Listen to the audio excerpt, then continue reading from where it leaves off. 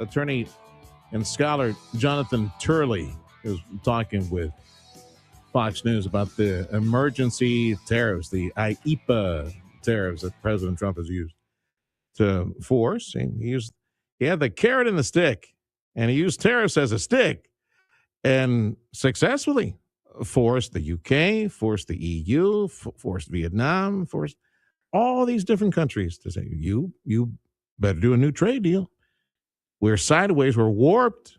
You guys are charging us too much stuff, not allowing us to send our stuff to your country. But then you want open market for the U.S. to sell your stuff over here. So he was saying President Trump was successful and used the emergency tariffs to get her done.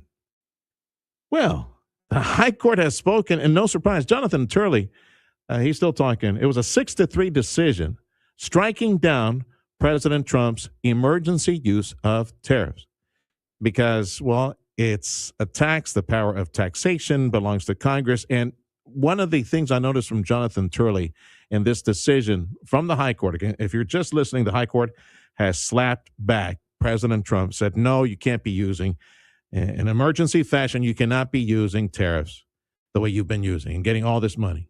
Oh, there's so many questions that pop up. I tell you what, it's going to take a while to work through the weeds and get all this. It is 170-page opinion. So I'm going, why are these cats taking so long? We had been teasing you for the past couple of months. Well, maybe the decision's coming up today. Okay, nothing. And then the next week, oh, maybe the decision's coming up today. Well, they have to think things through. It's a 170-page decision. And finally, 6-3 decision, the High Court says, no, President Trump should not have used and charged these taxes the way he did. From the very beginning, as Jonathan Turley had mentioned, it looked like the president's use of these IEPA tariffs was in jeopardy because they noted they pinned him down. They pinned down the president's attorney on the issue of the taxation, and that that's reserved only for Congress. So from the very beginning, it seemed that he was doomed on this issue. The bigger question is in the 170-page opinion, okay, what now? I think it's like $170+ billion have been raised, have been collected. And I think the president already spent some of that somewhere. Did he provide the Christmas bonuses, the 1776 bonuses for the military with some of the tariff money? I don't know. I think he's already spent some of this tariff money. The question is, in the 170-page decision, 6-3 decision against the president on tariffs, like what happens to all the money that was raised? What did the High Court say on that? Do we need to refund all this? Is there going to be a refund of all this? Tim Snyder from North Texas, MatadorEconomics.com. Yes, that type of Matador. Ole, MatadorEconomics.com. My friend joining me right now. All right, pal. I know you've been gleaning and listening and reading, trying to get something to this. Did you find anything, any verbiage, any mention on refund of the 170, I think it's 175 billion, in revenue raised by this? Are we going to have, is our government going to have to give it back or what? Have you seen anything? Well, so far that's the assumption that we're going to have to give back those funds. The United States government has the amount. We've got that in the Treasury. Should we need that? I think what they're looking for is an alternative right now to maybe find a new avenue to run those tariffs through, so we can regenerate those tariffs because it does make it a pretty serious economic benefit. We've had several months to figure out a path moving forward. Right now, the Supreme Court, it's really not their job to create a mechanism. It's going to be the government's job to put one forth, get that approved, and then, of course, move it forward. But the IEPA obviously is not the place for the president to have used that particular act. So we're going to have to see what's going on. Kevin Hazard, I saw him earlier on, and I think they anticipated this decision. So, there's going to be a lot to develop from here, Sergio. You're right on the anticipation because the whole emergency use of tariffs, that's been very quiet for like 4 or 5 months now. Right. Going all the way back to even before October when all this was heard. I think after it was heard, around October, right before and after it was heard, and it did not look good for the president not being able to escape the language as the law is written. that all this got real quiet. They were looking for Plan B, C, and D on other tariffs and how to impose other tariffs for goods that are coming in here. So, do you think that's been baked into the pie already? That uh, maybe the calamity, as the president had mentioned, what was it? Let me look here. He said life or death for our country if if the high court slaps down the IEPA tariff use the way the president has been doing. Life or death doesn't seem like right now. If he's been able to find alternative tariffs in order to charge for stuff coming into the country. Well, I agree. My first read on this was that, we made a misstep and we're going to have to give this money back. And there's a lot that we're going to have to do here. And there's going to be requests for reparations. There's going to be requests for damages and all kinds of other things. I think, it's just going to have to be up to Donald Trump to come up with a way to negotiate his way back through this and, try to salvage as much of the U.S. Treasury as we possibly can. Make no mistake. I can't talk today. Make no mistake about it. It's a pretty serious amount of money, and having to take it in and then give it back and do all kinds of other things to it is quite the monumental task. It's not going to be an easy task moving forward, and there's going to have to be an awful lot of guardrails that don't allow for this to go into improper authority again. So that's really going to be the primary thought that goes on. But there's also going to have to be a serious discussion regarding not allowing the United States to be taken advantage from a country that believes that they were harmed and then looking for damages and those kinds of things. That could be a whole another kettle of fish. If you're just joining us on 710 KURV and joining us also online, I think Freddie put us. What'd you put us, Freddie, on this? Okay, so with 710 KURV, Facebook, and YouTube, you can rewind on this. Again, the top story this hour. Finally, we got word the 6-3 decision against President Trump on the emergency use of tariffs. The justices said, as was heard in the initial arguments back in October, it seemed that the strong argument, and it was really hard to escape with that argument, that the president overstepped the constitutional limits as posed by law. You got Congress. They're the ones supposed to be doing the taxation thing and collection, not you, Mr. President. Okay, so 6-3, President Trump, he should not have used the international, the emergency tariffs the way that he used. And again, 6-3 decision, and we're waiting for the minutia on that. I still think there might be buried in there. We're just going to have to wait on the refunds, or go, just okay. You did it, leave it alone, and go on.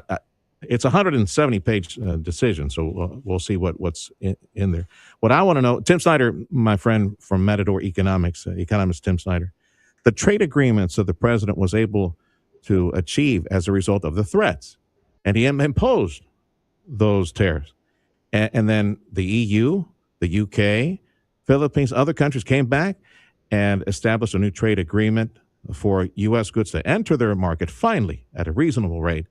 And of course, those countries send their stuff this way at a reasonable rate.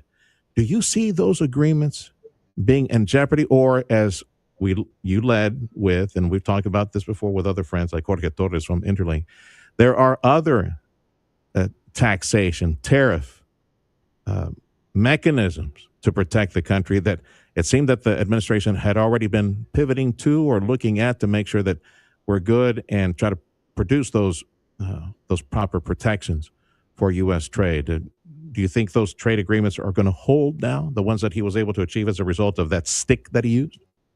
I think there's probably going to be some outlying nation that's going to decide they want to test the waters with the United States, and that'll be the bell ringer. We'll determine how that goes, and I would imagine the president's going to be steadfast in his negotiations, and he's going to say, look, you can request a renegotiation of this or not. He's going to stay put with where he is. His team is very committed to what they're doing in the direction that they're going. I think what they want to do is avoid maybe some further economic damage in terms of additional tariffs. If all of a sudden you've got this class action of of nations that come back and say, well, you tariffed me and you coerced me into negotiating a trade deal, Yeah. and that's the issue. That's the slippery slope, Sergio. All right. I'm looking at the market activity. Just curious. Not much change, and there's a little. It's up or down slightly. Market activity, the down. Looking at some of the numbers that are scrolling here on some of the business news channels. So, no major hiccup in the market. No people jumping out of buildings right now. So, oh no, it's we're trade policies is screwed. It's burning in hell right now. And we're not going to be able to do anything with these other countries. So, I'm kind of hoping that cooler heads will prevail. The trade agreements that have been achieved, including South Korea, the legislature out there needed to approve something before the end of the month. That all that is going to hold. Tim Snyder, MatadorEconomics.com. I want to ask you something else that was on the news before I go to Jared up in Washington here in a few minutes. GDP went from a strong 4-ish percent Q3, Q4, I think like 1 point something, 1.5.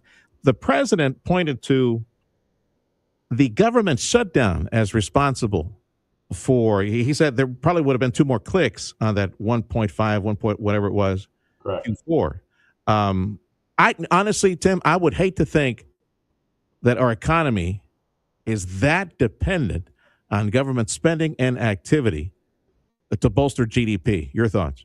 It absolutely was. According to the Council of Economic Advisors, the impact of the 11 to 13 billion dollars that came from the economic loss of the 11 to 13 billion dollars during that initial October 1st through November 12th time period cost 2 full percentage points on GDP. If you add that to where we are today, we're back within the range of what the estimates were, which was from 2 to 4.4, 4.5%. So we would have been at roughly a 3.9% level or 3.4% level on GDP, and that's in line with what we saw, previous quarter, Q3. This is, of course, the first read on Q4 GDP, and with a government shutdown at the very beginning of the quarter, it's going to have an impact. Remember, there were salaries that were not paid. There was a number of things that went through. There were programs that were not funded, and it did have an economic impact. And these kinds of things, including what's going on in Washington, D.C., with Chuck Schumer and the Democrat side, they don't realize to them, it's just money that goes to the government. They don't understand that comes from U.S. citizens and U.S. citizens' taxes and U.S. citizens' businesses that are generating economic input. So, yeah, it's quite dramatic. But to say that in the most recent report, half of GDP output should have come from whatever was rooted back, linked back, branched off government spending and government activity. I find that scary, to be honest with you. It should be. You should look at it that way because the fact of the matter is we are too dependent upon the government spending. Feeding always, my goodness, yeah. So many people feeding at the trough. Yes, sir. I wonder, yeah. Crony. I'm remembering my friend Dan Garza from the Lieber Institute. He says, "Stop calling it crony capitalism, Serge. You need to refer to it and put the burden back on government." But that's what it is. It's crony capitalism, where they go back. We got so many industries that go back to the federal trough, right? And, advocating for that. And that's just wrong. We got the market. The free market needs to be free of government oversight, independence, if we're going to prosper. Tim Snyder, thank you. Look, I have an idea on the $175 billion payback. If unless the court gave an out right now, the $175 billion, we should do a clawback of what was it? The Minnesota daycare, get all those billions back. And what was it? Oh, in California, the Medicaid waste and all the money that they spent for the super railway, the speed train to nowhere. You're like, claw back all that money so we can do the refund check.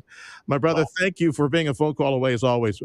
Have a wonderful week and be safe, my friend. That's Tim Snyder, economist, MatadorEconomics.com, the Sergio Show on Newstalk 710 KURV. Time is 9:23. This hour made possible by Chamberlain Roofing and Waterproofing.